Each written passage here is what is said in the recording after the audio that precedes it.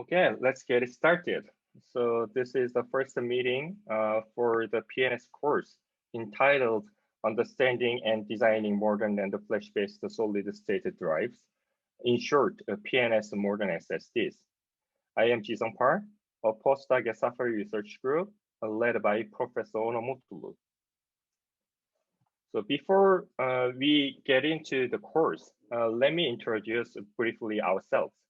The instructor of this course, as you already know, is Professor Onomotulu, who has been a full professor at ETH Zürich since September 2015.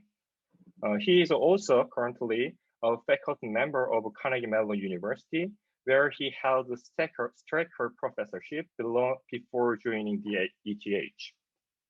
And you can find his research and projects on his website. His and his group's research interests span a wide area that is broadly related in computer architecture, including memory and storage systems, hardware security, and bioinformatics. And he has been leading Safari Research Group, where about 40 researchers actively work on top-notch research projects with a motto, think big, aim high. The group currently has 7 postdocs, 14 PhD students, 4 master's students, as well as 7 affiliated researchers and 4 interns from various institutions and companies. So if you are interested, I would strongly encourage you to read our newsletters that we are publishing twice per year currently, where we share our recent research and publications, as well as interviews with our members for their work. For this PNS course, we have 2 supervisors. So first is me. I'm Ji-sung Park, and I have worked as a postdoc at Safari Research Group since September 2019. I earned my PhD degree from Seoul National University in South Korea, and my research interests lie in computer architecture, memory storage systems, and system security. And you can get more information about me if you are interested in from my website. And the other supervisor is Dr. Mohamed Sadrosatati, a senior researcher at Institute for Research in Fundamental Sciences, or IPM in short, in Iran. So he is also an affiliated researcher of Safari Research Group and will join the group soon in this semester. He earned his PhD degree from Sharif University of Technology, and his research area spans energy efficient GPU, solid state drives, processing in memory, and machine learning. So basically in this course, our primary goal is to help you in learning as many things as possible. So please do not hesitate to sending an email whenever you have some questions or any difficulties in this course. Okay, let's get into the course. So this is the course catalog page for our PNS course, which I believe you have already read. But let me briefly summarize the course with some keywords and key sentences. So as the title suggests, this course aims to understand and design modern NAND flash-based SSDs. So personally, not personally. And so this NAND flash memory is a de facto standard in architecting a storage device in modern computing system, from mobile computing system to enterprise server systems. So personally, I believe NAND flash memory has a key enabling technology for so many devices that we are using these days. For example, it's very hard for me to imagine how to implement our smartphones without these NAND flash chips. And these NAND flash-based SSDs have become more and more important in high-performance computing systems to efficiently deal with a large amount of data processed in this data explosion era. So, but unfortunately, NAND flash memory has a variety of unique characteristics, such as It is before write property, limited lifetime, and large operation units, which do not exist in traditional hard disk drives. So it is especially critical to design SSD firmware, commonly called the flash translation layer, which is responsible for hiding the unique characteristics of NAND flash memory, and while providing high performance and long lifetime, high reliability, and backward compatibility with hard disk drives. So in this course, basically, you will build a simple yet practical SSD simulator by refactoring MQSim, a state-of-the-art simulator for high-end SSDs. So basically, in this course, we will introduce some background whenever necessary for you to understand how a modern NAND flash-based SSD is organized and operates. And from them, you will learn fundamentals and challenges in designing modern SSDs. And we will also introduce some widely adopted approaches or recommend related papers that are good to read, which we believe will help you get familiar with new research proposals. And most importantly, you will work hands-on in building an SSD simulator, analyzing I/O workloads, optimizing SSDs, and evaluating SSD designs, and so on. So let me introduce a brief but a little more detailed background on our topics. So a modern SSD is quite a complicated system by itself that consists of multiple cores, hardware controllers, DRAM, and a bunch of NAND flash chips. So this picture is the top view of a PCB board of a Samsung SSD for enterprise servers, which has a 960 gigabytes, about 1 terabyte capacity. You can see 4 NAND flash chips there, but in fact, there are another 4 chips at the other side of the PCB. So each chip has a 128 gigabyte capacity. And the SSD has also LPDDR DRAM to store metadata for efficiently managing the underlying NAND flash chips. And typically, the DRAM capacity is 0.1% of SSD capacity, meaning that this SSD, whose capacity is about 1 terabyte, has 1 gigabyte LPDDR DRAM, which is not trivial at all in size. And finally, the SSD has a powerful SSD controller that has 3 ARM Cortex cores and multiple hardware flash controllers, which are responsible for request handling, error correcting code, in short ECC, and data randomizing and data encryption. So why does a modern SSD need to be so complicated?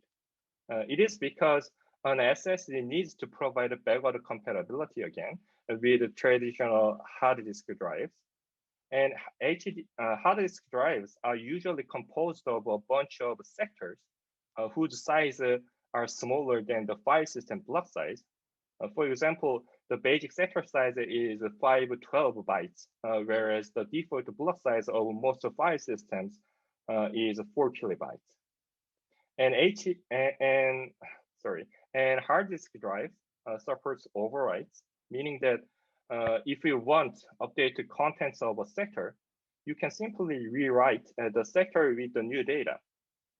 However, as briefly explained, NAND flash memory has many unique characteristics that do not exist in hard disk drives, and I listed only representative ones below. So let's take a look at some of these representative characteristics very briefly. So first, NAND flash memory has large operation units. So it reads and writes data at page granularity. The page size of modern NAND flash chips is typically 16 kilobytes, and only some latency optimized chips have 4 kilobyte pages. Second, a page needed to be first erased before programming, which is commonly called erase before write property. In fact, you can issue a program command with new data on a page for sure. But if the page has not been erased previously, you cannot guarantee that the new data is correctly written to the page. So to ensure the data integrity, you always need to first to erase the page before programming the new data on the page. And third, NAND flash memory performs an erase operation at block granularity, meaning that hundreds or even thousands of pages have to be erased at the same time. And these three characteristics make in-place updates or overwrites very inefficient for NAND flash memories. Suppose that you want to update the contents of a page. Then you need to first erase the page to meet the erase before write constraint. But since the erase granularity is a block, so you need to erase the corresponding block that includes the page you want to update. And as other pages in the block should be able to be accessed in the future, so we needed to first read out all the valid pages in the block and temporarily store them somewhere. And then finally, we can erase the block and update the page and write back the temporarily stored data again. So you can imagine that this takes a very long time.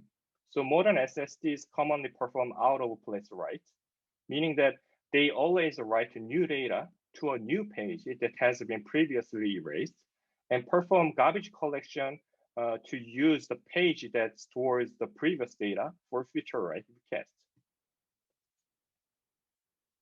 And NAND flash memory also has a limited endurance, meaning a flash cell cannot reliably store data after it experiences a certain number of program and erase operation or program and erase cycle, in short, the P cycles. And this limited endurance problem becomes more serious as a manufacturer adopts aggressive multi-level cell techniques where a single flash cell stores multiple bits. For single level cell NAND flash memory, in short, SLC NAND flash memory, the maximum number of P cycles was larger than 100,000, 100K. However, in QS NAND flash memory, where a single cell stores 4 bits, after less than 1 kilobyte P cycles, a page cannot reliably store data any longer. So a modern SSD requires proper lifetime management techniques, such as wear labeling. So wear labeling basically aims to evenly distribute the P cycles across all blocks. This is really necessary because if only a small portion of a block, let's say 10% of the blocks, become unusable due to high P cycles, actually it makes the entire SSD unusable since the SSD cannot provide the specified capacity any longer. So it is really important to keep the P cycle gap between blocks as low as possible to maximally use the potential endurance of underlying NAND flash chips. So to cope with such unique characteristics of NAND flash memory, a modern SSD implements a sophisticated firmware, commonly called the flash translation layer, or FTL in short. Basically, an SSD needs to provide a storage device view to the operating system, as if the storage device consists of contiguous blocks, each of which is 4 kilobytes in size and overwritable. But as we discussed, the actual physical NAND flash chip has a quite different characteristics from the concept of this logical block. So the FTL performs various internal management tasks, such as address translation and garbage collection for out-of-place updates, lifetime management, such as wear labeling, and reliability management to hide error proneness of a NAND flash memory, and I/O scheduling for maximizing the potential performance of each NAND flash chip. And as you can imagine, all these tasks significantly affect the performance, lifetime, and reliability of the SSD, meaning that there are a lot of research topics, opportunities there. So to optimize on SSD, therefore, we needed to comprehensively understand the microarchitecture of underlying NAND flash chips, various internal management tasks at the FTL level, and OS and workload characteristics. And optimization at one level may affect and or be affected by the efficiency of designs at the other levels.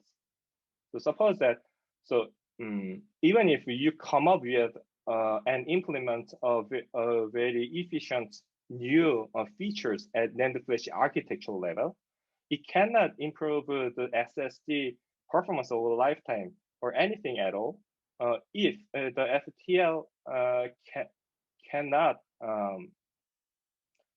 efficiently utilize the new features you designed.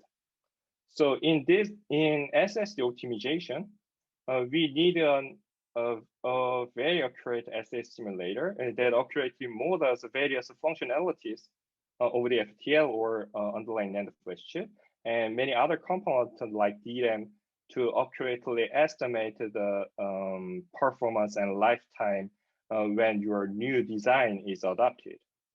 So, and for sure, you can directly build a prototype of a real SSD, but as you can imagine, yeah, it requires a significant effort without any guarantee. So the building a simulation, accurate simulator is indeed a very fundamental step for good research and for eventually designing an efficient SSD. And again, you will build in this PNS course, you will build a simple yet practical SSD simulator, which we believe will allow you understand how modern SSD operates in depth. So the first milestone is to refactor MQSIM, a state-of-the-art open source SSD simulator. So even though MQSIM has been widely used for storage system research by our group, not only by our group, but also by many other academic research groups. But there is a lot of room for improvement, especially in readability and extendability. So because the MQSIM currently implements a lot of advanced features, and has very complicated logic to model accurately model many components inside the SSD. So it is not an easy task at all to extend the SSD model with our new possible ideas. So you will first improve coding conventions of the MQSIM. So you will basically rewrite the implementation of MQSIM, perhaps line by line, but to have to have a better readability, but also at the same time, you will reduce too complicated features implemented in current version, but which are not as frequently used or not so essential in real SSD evaluations. And and if we finish the first task very quickly, hopefully, and we'll also extend the refactored MQSIM with the important missing features that are widely adopted in modern SSDs. And basically you will implement one or more features, important missing features, and evaluate their impact using your I/O workloads.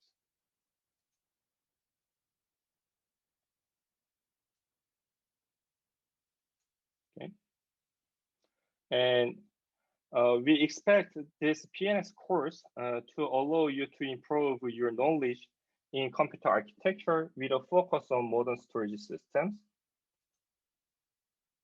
And we also expect you can improve your technical skills that are required for good research. And also it provides a chance to improve your critical thinking and analysis, and to interact with a nice group of researchers and get familiar with the key research direction and improve technical presentation of your work eventually. Basically, we expect you have taken digital design and computer architecture or equivalent course as a prerequisite, and to have somewhat familiarity with C++ programming. But the later one is not truly important, as I believe you can learn the language itself during your hands-on work very easily. And so more important thing here is that we expect you are interested in computer architecture and systems, and discovering why things do or do not work, and solving problems, and designing an efficient and practical system. So do you have any questions so far? Okay, let's move on. So this was the brief introduction of ourselves and the course. And we would also like to know your background and interest. So there is a homework 1, homework 0, asking you for providing information about you. The due date is March 21st, and it is already announced in the Moodle and the course web page. And please submit the homework 0 in the Moodle system. And we expect you to attend all the meetings we will have weekly, and study the learning materials that we will announce before each lecture. And for the first task, meaning refactoring MQSIM, you will work together, sharing the project source code. But if you dislike this approach, we can discuss about that. But basically, even though you will work on the same project, but eventually you will improve deeper the parts of the course. And I believe this is a good experience as a collaboration work. And I hope you actively participate in the project. And any questions or discussions about your thoughts and ideas would be welcome in our meetings or even via emails. And again, our primary goal is to help you to learn as many things as possible from the lecture. So please don't hesitate to contact us if you have any questions or difficulties in the project. And if your work is really good, you may get it published and keep working with us in the future. And this is our course website, and please check it regularly. I would recommend it. And there we will upload the useful information about the course and learning materials. And we'll also have a Moodle for Q&A, but we can also discuss via emails because we are basically, we have 2 students and 2 supervisors, so we can interact more actively. So I am thinking of creating a Glip channel so that we can more actively interact. And these are the learning materials for today's meeting. First, as required materials, please read the research paper that describes MQSIM, published in one of the prestigious conferences, Unix File and Storage Technologies 2018. And we also expect you to download MQSIM source code from the repository and analyze its current organization as thoroughly as possible. So you don't needed to make some documentation. But in next meeting, we will briefly discuss. We will discuss about the organization and how the simulator modulates each components in the SSD. So you should be aware of how the current MQSIM is organized and implemented. And as recommended materials, we expect you to watch 2 recordings of last year's computer architecture lecture for master's students. So there, Professor Mutulu delivered nice lectures on challenges and optimizations for NAND flash-based SSDs focus on the reliability perspective and why simulation is important in computer architecture research with a focus on memory systems respectively. So basically, we will meet every week, and the next meeting will take place next Wednesday if it works for all of you. And actually, I did not fix the time yet because it is not announced in advance. So I would like to arrange the meeting at the best time slot suitable for all of us. So I will send an email after this meeting to ask your available time slots in this semester, weekly time slots. And please let us know your weekly schedule so that we can find the best slot for a weekly meeting. And in each meeting, we will discuss what each of you has done in the previous week, and have some Q&A sessions for any difficulties in previous week and directions for next weeks. Also, whenever necessary, we will provide SSD background related to the next step. For example, we will provide more background on SSD organization and operation in next meeting. And in the final meeting of this course, or even before, each of you may also present your ongoing work or results. So yeah, this is all of today's meeting. So do you have any question? I have maybe a random question regarding SSD. Okay. So I've taken the course from Professor Mutlu on computer architecture. Cool. And at one point, he mentioned that SSD used to have this problem where after around 2 months, when you try to access data, they get really slow. Exactly, yeah. So I want to know, do you know the cause of it and how people are handling the issue? Yes, actually, I introduced some unique characteristics of NAND flash memory, right? But I did not go through in depth some of these. For example, you can see the various error sources there, right? Yes. So basically, a flash cell stores a bit data using its threshold voltage, meaning it adjusts the amount of charges in the cell in itself, and the amount of charges represents the data. Is mapped to the data to store. So if a cell stores a large amount of charge, we call that the cell is programmed, and it represents the data 0, typically. And in opposite manner, if the flash cell has a little charge, then it is erased. It is in erased state.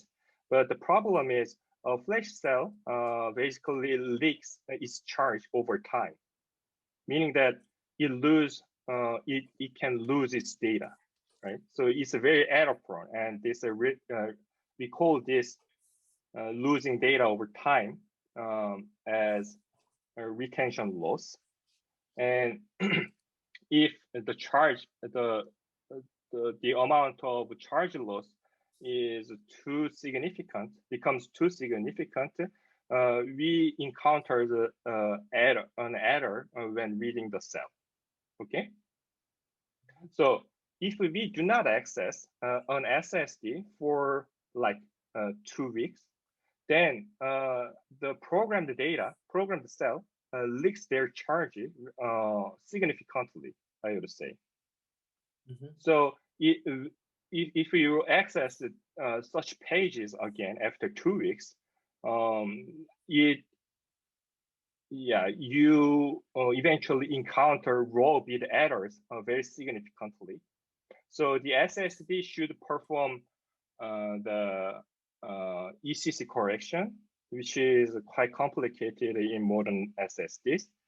And actually they perform a bunch of tasks to recover the errors, correct the errors. So they try reading all of such pages with different reference voltage, which we will cover more in depth. And it takes much longer time to read the page compared to when we read the page right after programming. Yeah. So to prevent such situations, a typical SSD needs to periodically refresh the stored data so that before each cell lose its charges significantly. Okay, so it's very similar with memory, trying to refresh during the retention time. Yeah, exactly. But the only difference is there is some measure for errors because like error correcting code. Yeah, and the time granularity is much longer than the refresh interval in DRAM, right? Yep. Yeah. Sure. That's good. Thank you. Sure.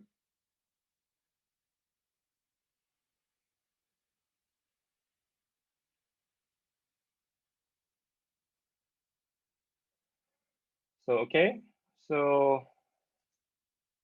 if you do not have any question, then today we can conclude our first meeting here. And as I explained, I will send an email to ask your available time slots in a week so that we can arrange the future meetings at the best time slot suitable for us. And in next meeting, we'll briefly introduce the basic SSD organization and operations more in depth, and review the MQSIM code organization together. So please do not forget go through the required material as thoroughly as possible. Okay. Sure. Thank you. Yeah. Thank you. Thanks a lot. Yeah. See you next week.